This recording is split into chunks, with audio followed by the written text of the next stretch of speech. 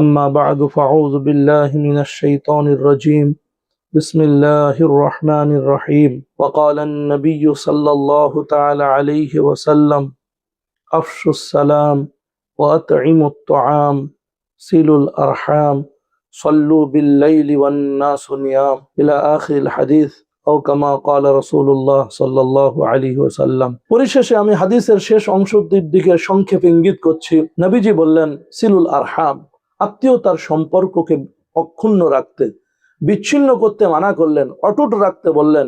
আমাদের এ ব্যাপারে বড় অনীহা আছে।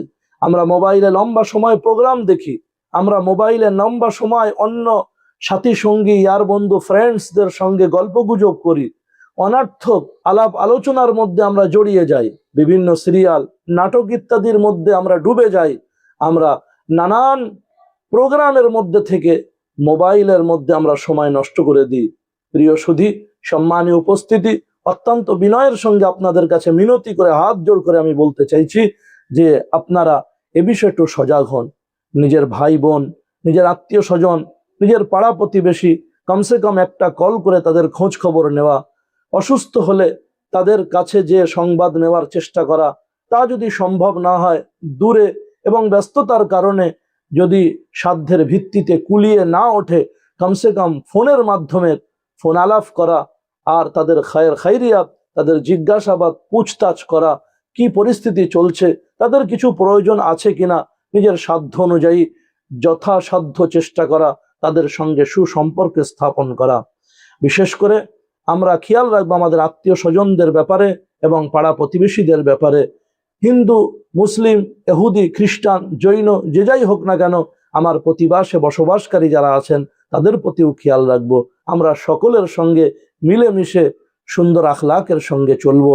নবীজির একটি হাদিসে পাক আছে, আল্লাহর নবী বললেন, লা তাহকিরান্না মিনাল মারুফি শাইয়া হাত্তা আন তালকা আখাকা বিওয়াজহিন তালখ, যে তুমি কোনো নেকিকে ছোট এবং নগণ্য মনে করো না, এমনকি তোমার ভাইয়ের মুখের দিকে তাকিয়ে হাসাটাও তোমার জন্য একটা সদকা, তোমার জন্য একটা বিরাট বৃহত্তর সওয়াবের কাজ।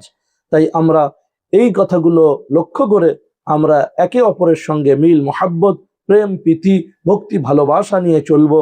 নিজের মনের মধ্যে উদারতা, মহানুভবতা রাখবো, সহিষ্ণুতা রাখবো, একে অপরের প্রতি ভালোবাসার সঙ্গে বিশ্বাস ও আস্থা ভরসার সঙ্গে আমরা চলবো। আমাদের খালিক ও মালিক খুশি হবেন। তিনি বলেন, তার রসুলের মাধ্যমে হাদিসে পাকে জানিয়েছেন, আল্লাহ রাব্বুল আলামিনের নবীজি বলেন, আল খালকু আয়ালুল্লাহ, গোটা বিশ্বের সমস্ত মখলুক হলো আল্লাহর সংসার। ফা আহাব্বুল খালকি ইলাল্লাহ, আল্লাহ রাব্বুল আলামিনের কাছে সর্বোত্তম সৃষ্টি ওই যে তার সৃষ্টির প্রতি ভালো ব্যবহার করে, কল্যাণমূলক কাজ করে, মঙ্গলমূলক কাজ করে। সেজন্য আমরা আমাদের আশেপাশে এবং সর্বক্ষেত্রে যাদের সঙ্গে সম্ভব আমরা কল্যাণ এবং মঙ্গলময় কাজ করব। আল্লাহ রাব্বুল আলামিন এই দিকে আমাদের খেয়াল করার তৌফিক দান করুন, মখলুকের সঙ্গে সুসম্পর্ক স্থাপন করার তৌফিক দান করুন। ওয়া আখিরু দাওয়ানা আনিল হামদুলিল্লাহি রাব্বিল আলামিন।